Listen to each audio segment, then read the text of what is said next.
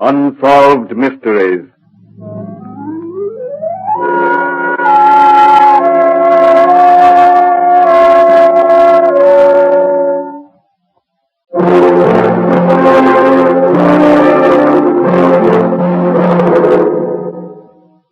An old saying is, dead men tell no tales.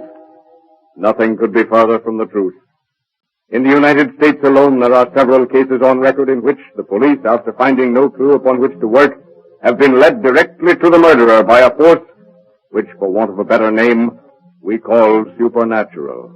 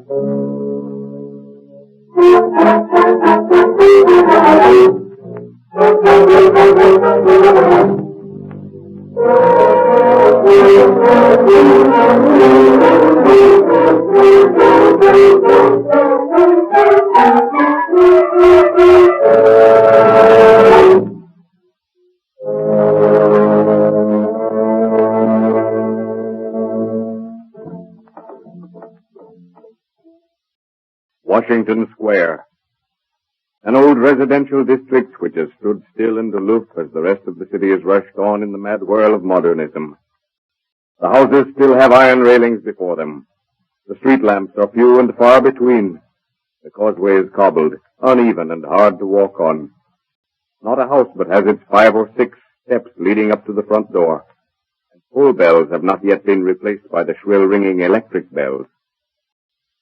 A soft snow falls, softening the harsh outlines of the buildings, sidewalk and street.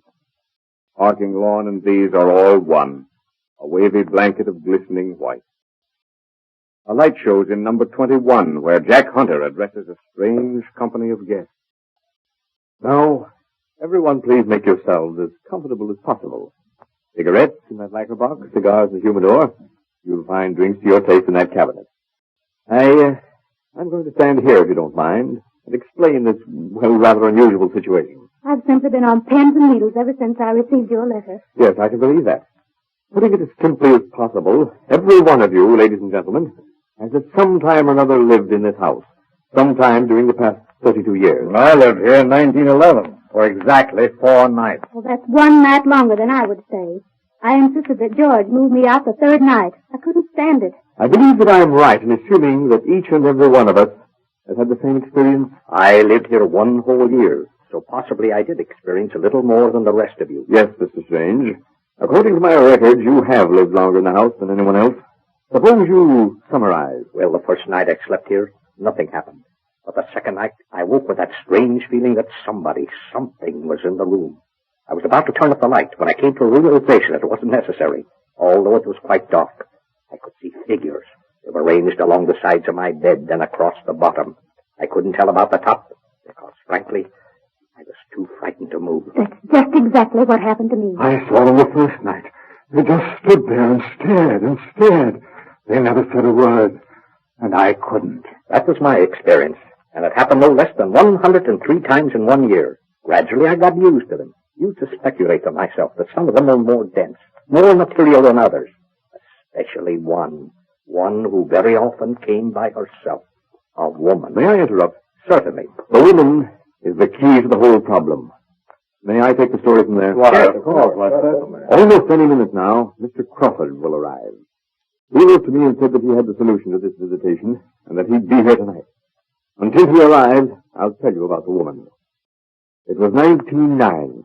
I lived about 1.5 miles from here. And one morning, snowing, wintry as could be, I left the house to go downtown to my office. I was walking along past Cortlandt Park From the officer on the beat, Pat O'Malley. Top of the morning to you, sir. And it's a right brisk morning that it is, Mr. Hunter. Oh, yes, Pat. Like the old days when we were kids going to school. Yes, sir. Them was the days. We never appreciate them till we have to be up and going in the mornings and off to work. Why, sir? What are you looking at? Look, Pat, over in the park. Doesn't that look like the outline of a body there under the snow? Sure, and that it does, sir. And we'll be after going and satisfying ourselves that everything is all right, all right. Yeah, if we can open the gate. I'll bet it's frozen stiff in this cold. Then we'll just have to climb the railing, and that we will. Oh, sure now, and don't you be spoiling them good gloves of yours, Mr. Hunter. I'll open them gates. Yeah, they're opening. Oh, well, whatever it is, it must have lain there all night. There's not a trace of footprints or anything else. Yes, Pat. Now that I'm close to it, it looks more like a body than ever. Well, we'll soon be after finding out that we will. Ooh, all wet and sticky. And red. She's been murdered, Pat. And that's no lie. For never yet did anybody stab themselves in the small of the back like this one's been stabbed. Well, I'll call the patrol and we'll take her to the morgue.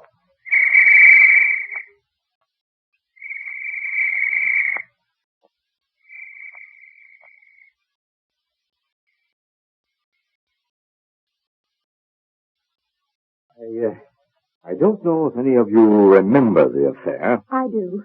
There never was a trace of the murderer or anything. The papers were full of it. Called it Philadelphia's Unsolved Mystery. Correct. I appeared at the inquest. But today, no one but myself knows any more than they did then. You say no one but yourself? Yes. I moved from where I was living about 5 years later and came to live here. The first night, I went to bed dead tired from all the hustle of moving, and just as soon as I'd set my alarm clock, I fell sound asleep.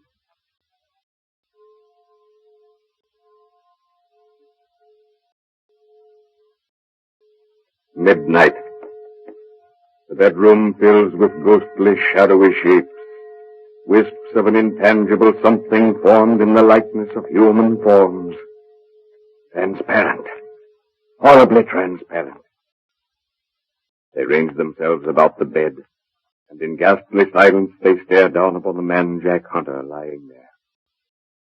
Jack stirs uneasily in his sleep, turns and tosses, twists himself about, and opens his eyes.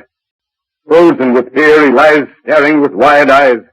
His lips form words, questions, but nothing that he can do, no effort that he can make will force words out. Another shape enters the room. A woman. Those shadowy nothings about the bed look at the newcomer, and one by one they melt into nothingness. The woman advances to the bed. You can help me. What? What is that you said? You can help me. I was murdered. I cannot rest until my murderer is known. The woman. The murdered woman I found in the park. Yes. You found me in the park. You know my murderer. I know your murderer? Yes. Come with me. Follow me to the living room. You will help me. You will let me rest. Jack Hunter follows the woman through the archway into the living room.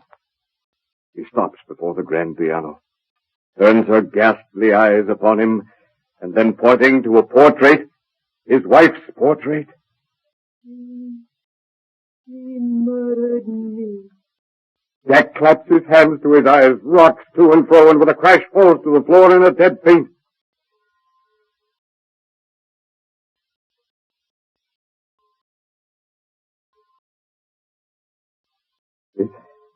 It was almost daylight when I came to.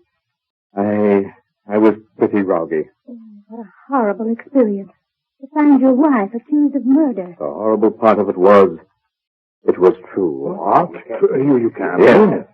My wife had been in a private institution for the violently insane for years. She escaped. I knew nothing about her escape, but I investigated. She returned to the institution 2 days later, her clothes bloodstained. And the institution management glad to get her back so easily. Never said a word. But why? Why in the name of heaven has all this happened in this house? To the rest of us, we've never done anything for which we should be haunted. Not by one ghost, but by dozens. I think that ring at the doorbell is the answer we're seeking. Mr. Crawford? Yes, Mr. Crawford. I'll go and let him in. Make yourselves comfortable. I'll be damned if I know what to make of it. No lie. I'm just as puzzled as I was when I lived here. Well, we'll see what Crawford has to say. Ladies and gentlemen, Mr. Crawford. How do you do, Mr. I have told them, Mr. Crawford, the story to date. About your wife? Everything. In order to understand this, you must realize that Washington Square is very much changed from what it was back in the 80s. Over where the hotel stands today is where the old courthouse used to be. Down there where the gasoline station stands used to be old Meeker's stables. The jail used to stand where the hotel stands now. This house, that's what we want to know. Yes. I've been on pins and needles. I still am. This house used to be the morgue. After you've heard from your sponsor, a solution to the Washington Square mystery will be given.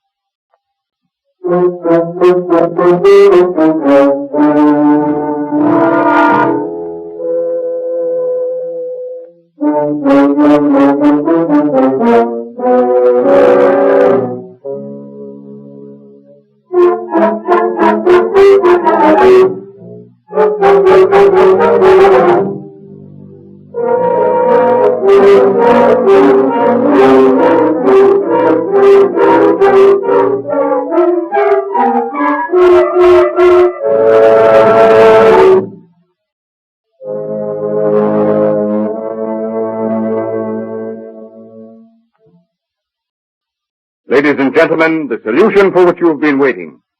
You said, Mr. Crawford, that this house used to be the morgue? Yes, I did. But that still doesn't explain it. It does as far as I'm concerned. You see, when you begin dealing with the mysterious realm beyond the practical and concrete things of life, things that can be weighed, seen, felt, and otherwise measured, you start dealing with situations that can only be investigated by comparison. What do you mean by comparison? Comparisons of happenings of a like nature.